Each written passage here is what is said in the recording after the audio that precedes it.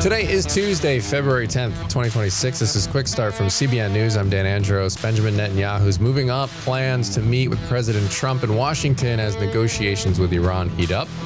We'll have that top story and more on today's podcast, where we bring you news from a Christian perspective. Don't forget to subscribe, leave a rating.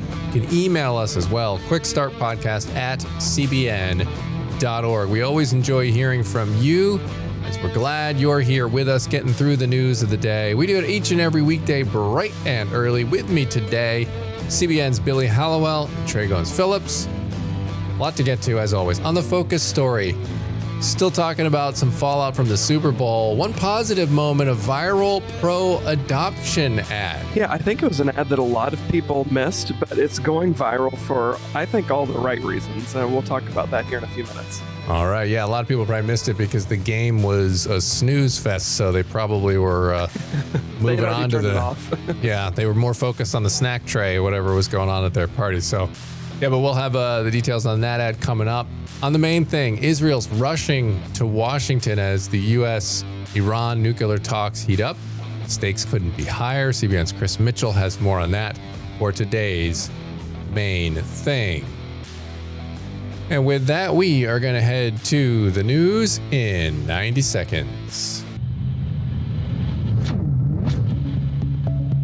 A chilling warning to dissidents worldwide. Pro-democracy media tycoon Jimmy Lai has been sentenced to 20 years in prison in Hong Kong, the harshest punishment yet under China's sweeping national security law.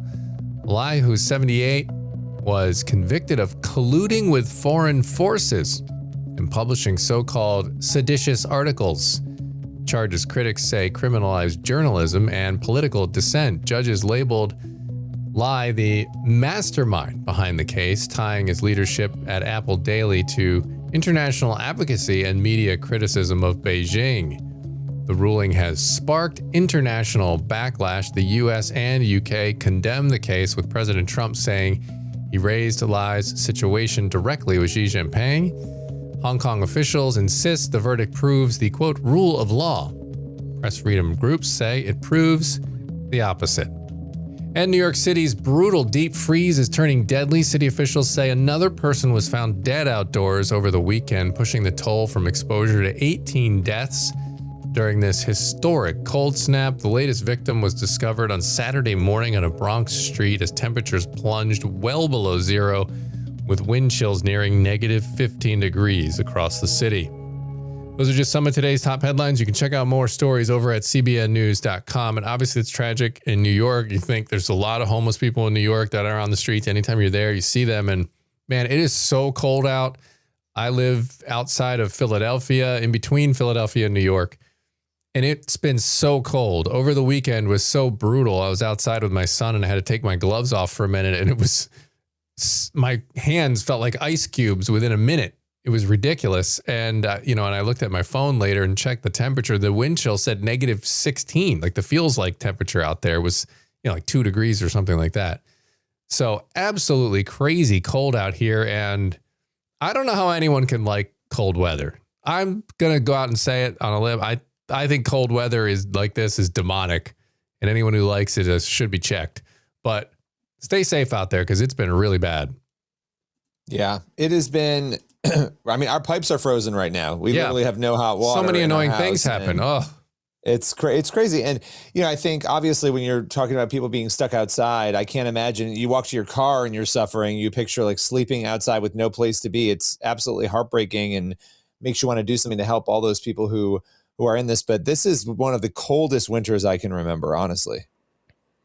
Yeah, it's been a cold one. It just reminds me of the situation in New York, Billy, of that story that we've covered so long, and you've written it before, about the guy who got in trouble legally for working with homeless people. What story was that? I think it was in Ohio. Where was that story? Do you remember? Ohio? Okay. Yeah, anyway, stories like that. It's like, man, so you get punished for doing the right thing just as well as doing the wrong thing. So I think, Yeah, in situations like this, it's just important to be prayerful for people who, of course, are dealing with the weather and are homeless, but also just important to pray for our brothers and sisters in Christ who are more fortunate. They live in a home and they have resources and are able to help, that they'll come together and be the hands and feet of Jesus in opportunities like this or in situations like this. Yeah, absolutely. And to pray that it warms up soon, because this is ridiculous. Yeah, but for sure. This is what happens in the north, though. Then you get a 45-degree day or a 40-degree day, and you're like, wow, you breaking out shorts and t-shirts and everything because you get used to this ridiculously cold weather, and then suddenly 40 doesn't feel so bad. So praying for everybody out there. Stay safe from the cold. And we're going to go to the focus story now. And as we mentioned at the top, there is this pro-adoption Super Bowl ad. So what did it say? Yeah, so the ad was created by Adoption is an Option, a nonprofit organization that advocates for adoption. The ad was titled The Girl in the Middle, and it depicts a woman facing an unexpected pregnancy. She's then standing between two opposing sides. There's protesters on her right side pushing her to abort her unborn child, and protesters on her left side urging her to keep and raise her baby. And both sides are holding up signs and yelling to this woman who's clearly, kind of paralyzed with fear. And while we're seeing that image, the ad's narrator says, they're telling you you've only got two choices, but the truth is there's three. Are the options difficult? Of course they are, but you deserve to know adoption is an option. And then at the end of the commercial, viewers are prompted to visit adoption.is, a website that walks visitors through what the adoption process looks like. It dispels common myths and misconceptions about adoption, and it even offers proactive ways to connect expectant mothers with adoption agencies or advocates. And of course, the ad, it was 1 minute long, and it sparked a whole lot of reaction online. And so what has that response online been like? Yeah, so activist Riley Gaines, she was actually one of the first ones out of the gate to praise the commercial. She praised it when it was first revealed, really, about 5 days prior to the Super Bowl. She said on her social media, new Super Bowl ad just dropped, reminding women facing unexpected pregnancy that adoption is an option. Rarely do we see an ad like this, especially during the Super Bowl. If one woman sees this and decides not to terminate her baby, then it's worth every penny spent. And another thing that I thought was really encouraging was looking at the comments on the Adoption is an Option social media account last night, where they posted the ad. And one commenter, she wrote, as an adult adoptee, what a gift adoption has been for me, and I'm so grateful that you're reminding women of this powerful third choice. I'm forever grateful to my birth mother, who I've never met, for making this brave choice. And then another person on the opposite side of the coin, she wrote, as a birth mom, this touched me in many ways. The life I gave my son is exactly the life I wanted him to live. Seeing him living his best life reassures me that choosing life and seeing him was the best choice ever. Every woman needs to know that an unplanned pregnancy is not the end, and that adoption is an option. It's not giving up. It is the sacrificial decision, totally motivated by love. So cool to see a person who was adopted praising the commercial, and someone who gave up their child to adoption because they weren't in a place to raise him, to see both of their sides of that, and both praising this advertisement. Yeah, and it makes me think, as you're going through even that language of talking about choices, and you think the pro-abortion crowd, it's interesting when they talk about being pro-choice, you don't ever really hear them touting adoption all that much. It seems like the only choice they want people to make is to abort. And they seem to make that case louder and louder and louder. They don't treat the choices equally, which is kind of interesting when you actually pull back and look at it. If you're claiming you're pro-choice, why do you not promote all of the choices equally? You only seem to promote abortion.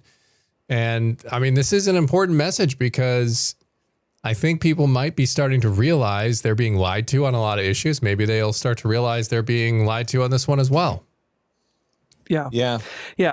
To your point, Dan, Ryan Baumberger, he's somebody we've had on several times. He was conceived in rape and then later adopted. He's told his story a lot, and he and his wife have gone on since to adopt several children. And he said the ad was awesome because it celebrated the beauty and self-sacrificial love of adoption. And he said, I don't even recall a time there's ever been an ad that promotes adoption during the Super Bowl, so this is great. And then he pointed to recent data that shows that just over 1% of women in an unplanned pregnancy, just over 1% actually end up choosing adoption. Most either keep the child or unfortunately choose abortion. So he said it's awesome that people are being exposed to something that's seldomly chosen, because many, to your point, Dan, don't even realize that adoption is actually a very viable option. There are so many families, so many women who can't get pregnant on their own and would love to have a child and would love to adopt. It's important that these sorts of ads get out in front of people. So I love that they did this during the Super Bowl, and it gets you thinking, especially for people who maybe have their own regrets with, abortion, or those who, have struggled to decide what to do with having children. These are the ads that start really good conversations. So for all the negative things people will complain about around the Super Bowl, this one is a positive one. Yeah. And it is the by far largest watched event each year. So any positive message that sneaks in there is one that we're going to be happy with. So I definitely appreciate it. In the midst of all the chaos and the complaints we get, like Billy said, glad you brought that one to the table today, Trey. And we're going to go over to the main thing now. And Israeli Prime Minister Benjamin Netanyahu is moving up an urgent meeting with President Trump. It's going to happen tomorrow now, amid renewed negotiations with Iran. Concerns in Jerusalem that a narrow deal could leave major threats untouched. CBN News Middle East Bureau Chief Chris Mitchell has the latest on what's driving this and what it could mean for Israel, Iran, and the region. That's today's main thing. Netanyahu moved up the meeting with Trump, which was scheduled for later this month.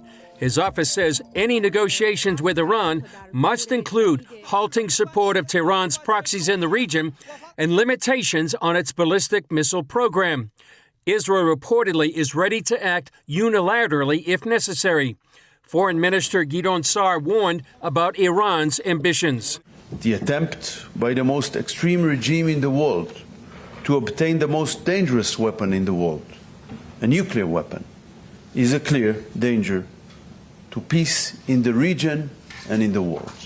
The huge amounts of long-range ballistic missiles that the Iranian regime seeks to produce endangers Israel, but not just her.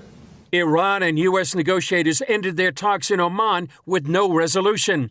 Iran's foreign minister says his government is not afraid of the U.S. military buildup in the region, insists on uranium enrichment, and won't budge on ballistic missile production. Arakchi blamed the protesters and their leaders for the regime's violent crackdown. What we witnessed in Tehran and other Iranian cities over 10 days were demonstrations, and the protests themselves were fully accepted. The government was also engaged in talks with leaders of the demonstrators. But on the 8th, 9th, and 10th of January, we were faced with a terrorist action. Iran puts the death toll at just over 3,000. But an Iranian church leader who just left the country tells CBN News the number is much higher than that. The number is something more than 50,000 people has been killed by the regime. He says the violence hasn't stopped.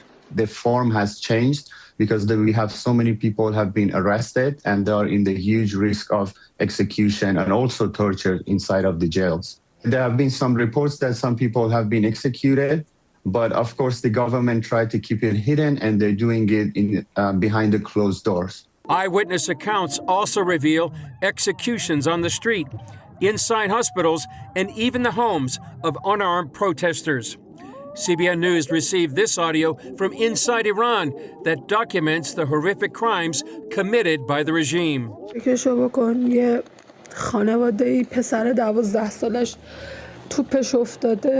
غروبی از حیاط افتاده بیرون رفته توپشو بیاره به بچه ساچمه خورده بچه رو بردن بیمارستان اومدن بالا سر بچه به مغزش شلیک کردن داداشش بالا سرش بوده داداش 20-22 ساله داداششو کشتن باباش رفته جنازه‌شون رو تحویل بگیره باباشو کشتن.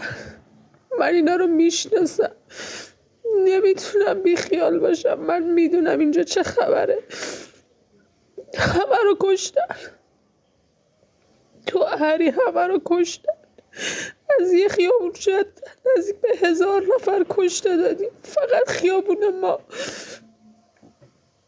اون چیزی که شما میبینید با این واقعیتی که ما از نزدیک دیدیم خیلی فرق میکنه. حتی تو جنگ 2 کشورم اینجوری نمیتونست باشه که اینجوری شد. Given the scale and brutality of the killings, the regime's actions are being called crimes against humanity. Chris Mitchell, CBN News, Jerusalem.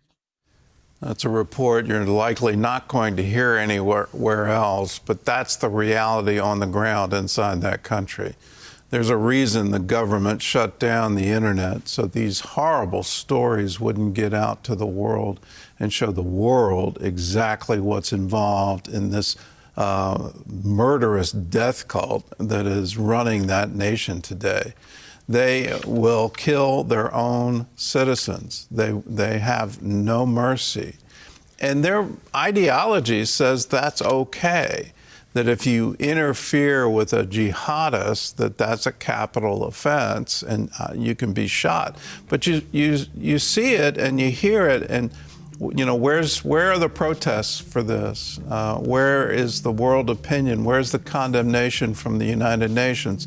All of these things are not happening, but we can make a difference. We can pray to an almighty God that would change that regime. I've said it before, I'm going to say it again. They have lost the right to govern.